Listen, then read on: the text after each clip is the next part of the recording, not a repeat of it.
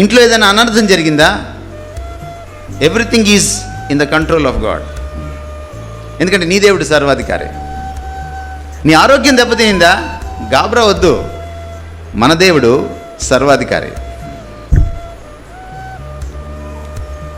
ఏదైనా జరగనివ్వండి, అది అరిష్టమైన అనర్థమైన, అది అనూహ్యమైన పరిణామమైన, అది మనకి దిగ్భ్రాంతి కలిగించేదైనా, అది ఒక మరణమైనా సరే మనం చెల్లించాల్సిన పని లేదు.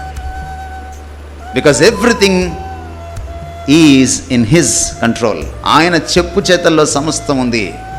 క్రైస్తవులకి ఉన్నంత అభయం, క్రైస్తవులకి ఉన్నంత ఆశాజనకమైన భవిష్యత్తు, క్రైస్తవులకు ఉన్నంత ధైర్యం,